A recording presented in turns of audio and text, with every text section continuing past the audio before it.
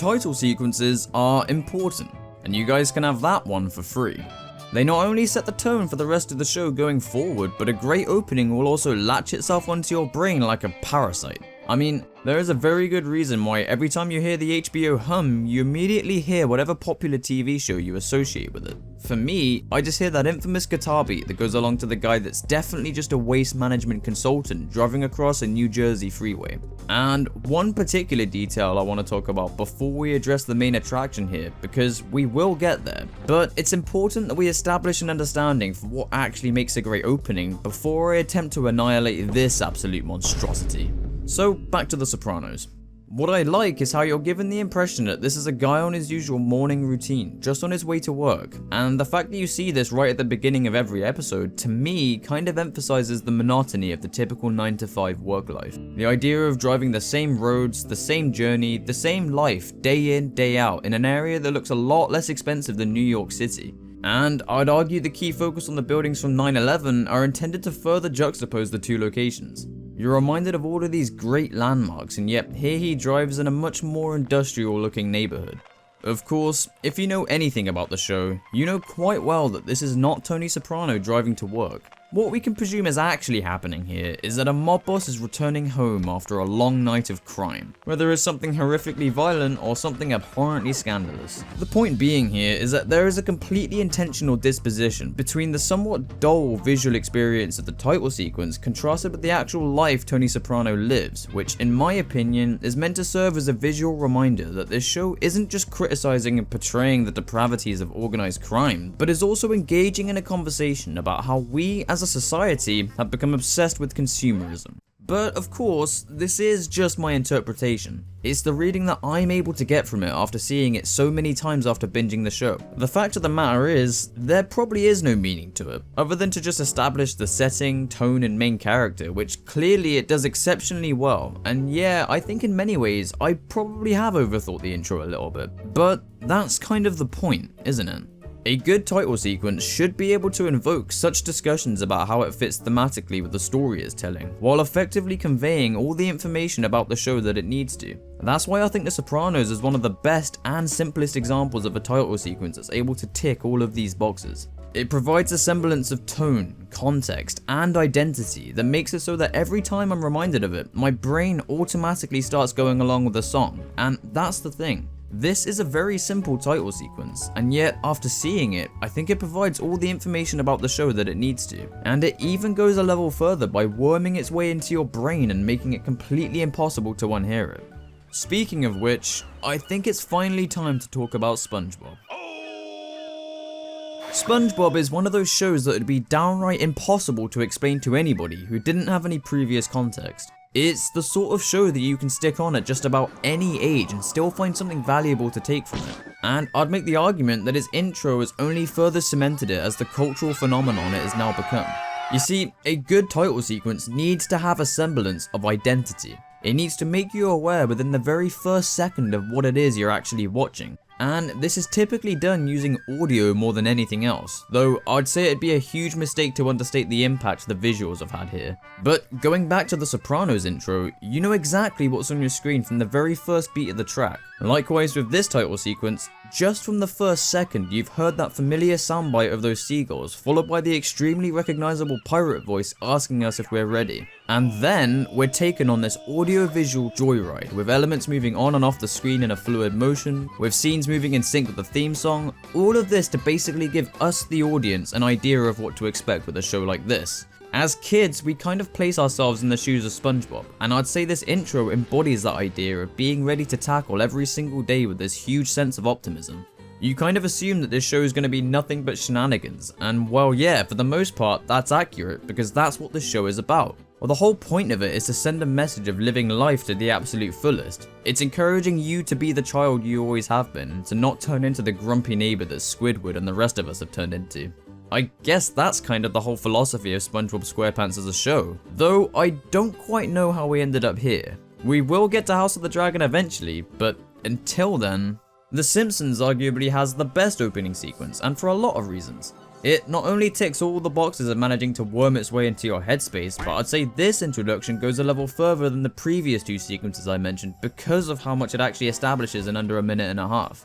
You have the opening shot of Springfield showing several distinct locations, ranging from the power plant to the junkyard. It portrays Bart as the rebellious kid in detention getting out of school, Homer working precariously at the power plant while dropping a piece of plutonium, along with Marge and Maggie being introduced as the caring mother and baby, with a shot of Lisa outperforming her classmates and having a strong affinity for jazz, with more dumb Homer and rebellious Bart being reinforced throughout. You have another shot of Lisa with a large amount of books, and some final shots of Marge being a bad driver. You then have the garage and living room being the last things we see, outside of the entire family doing their usual couch gags, which is a lot, considering what I've just described here is basically the DNA of what the show would continue to be built on for the next 3 decades. You've got the family dynamics, the individual personality types, the key locations, but above all else, there is a distinguished feel that is entirely unique to The Simpsons. Now for me, The Sopranos intro excels in establishing tone and applying a focus to the central character. You could even argue the SpongeBob intro excels in that same field, but we do need to consider that these two shows actually have their own custom tailored theme songs, which doesn't necessarily guarantee it to be better as an opening sequence, but they do certainly help in establishing a distinguished identity, because you will not think of anything else when hearing these themes other than the specific shows that they've been made for.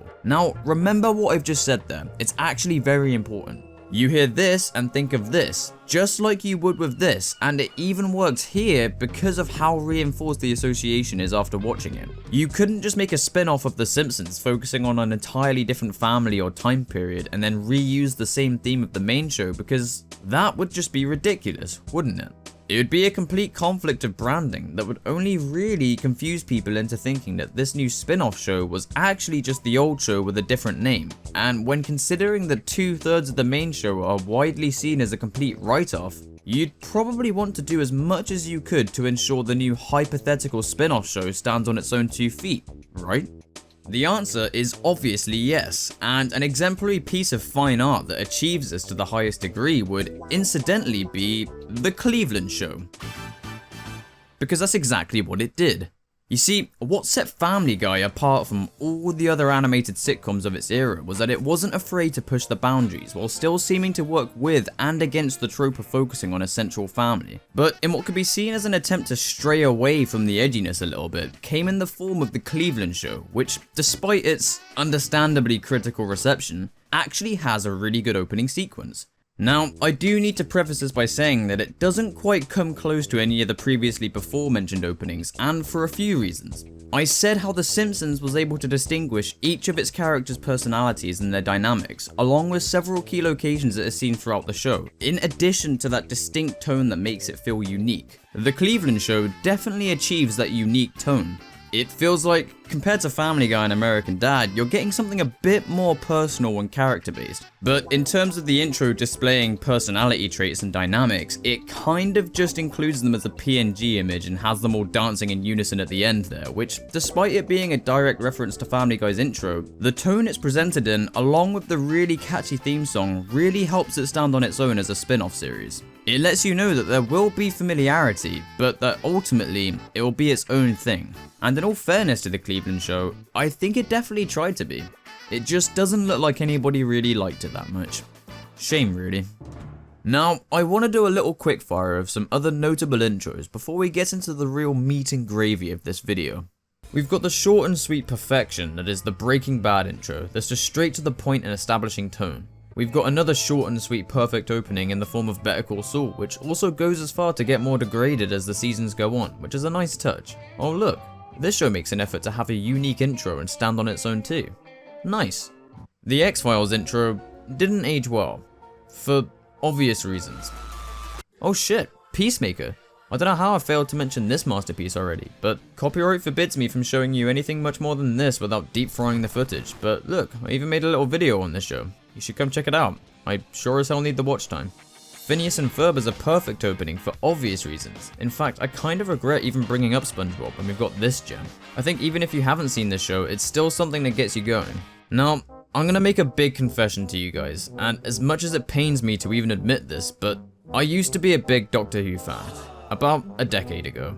I was 10 and life was good, but I will still die on the hill of saying that its opening sequence was also really effective. It just worked, and it even had spin-offs too, which had their own sounding theme songs. Are you guys starting to see where this is going yet? I do need to quickly address the very quick title cards with what you have with a show like The Boys or Invincible, and I think these are fine enough. Invincible has enough of a quirk to at least make it stand on its own, but I do feel like there's something to be said about how you only really enjoy these fast few second title cards with the first show you see it in. Every other time you see it somewhere else, it feels like the impact has been significantly lessened.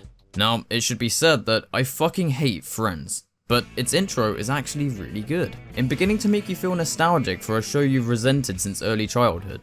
As much as I hate to admit it, there's something kinda nostalgic about it to me.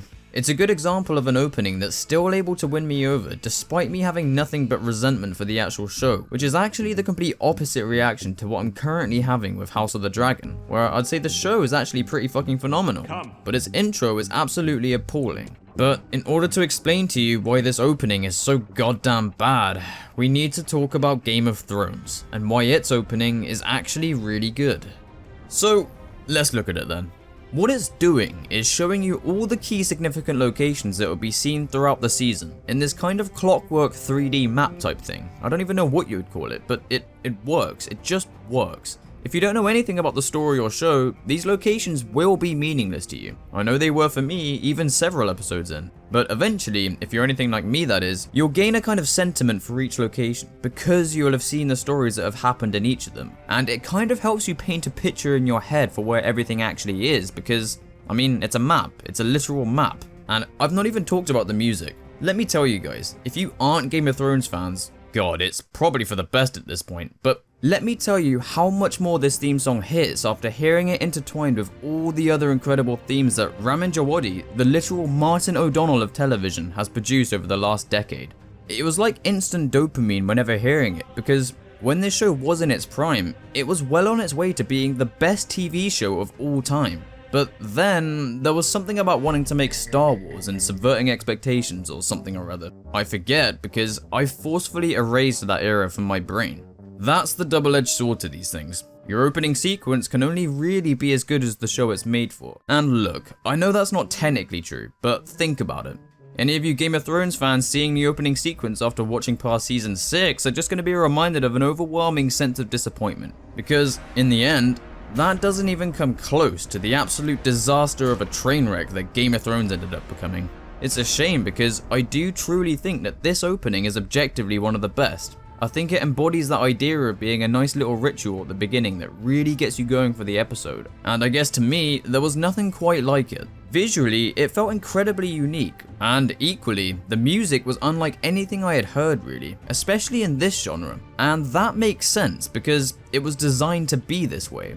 It was requested that they would avoid using specific instruments that had already been prominently featured in the fantasy genre, and this was clearly very effective considering the impact the soundtrack as a whole would continue to have. In the end, the tune would be completely synonymous with Game of Thrones as a brand, which, as we know, unfortunately is not a good thing considering what actually became of the show. Because it was the opening to the biggest show on the planet, but it was also the opening to the series that had its own showrunners essentially quiet quit the job. That's the thing here. Branding is incredibly important, so when that brand has been tarnished, it takes a hell of a lot to begin turning things around. Naturally, I guess that does begin with spin-offs and sequels, so needless to say, I was actually very interested to see what they had in mind. Oh, you have got to be fucking kidding me. They've actually reused the intro theme. Okay, let's talk about this then. It makes sense to want to play it safe and use the theme that's not only representative of the brand, but with the actual world and story they've built, because let's be fair, that is exactly what's happened here. Even before the show came out, I think it was clear that this motif was kind of synonymous with the whole Song of Ice and Fire story. And look, I'm gonna be completely clear, that's awesome. One of my favorite things in storytelling is a repetition of musical themes. I could honestly go on forever about it, but this isn't just a repetition of musical themes, it's just flat out repetition. I think I can speak for a lot of us when I say I was actually really excited to see what this musical genius had cooked up for the show, and I can't understate how much he's knocked it out of the park for the show's actual soundtrack, but god damn, they've really just used the same theme to the show that led up to Jon Snow shouting at a dragon.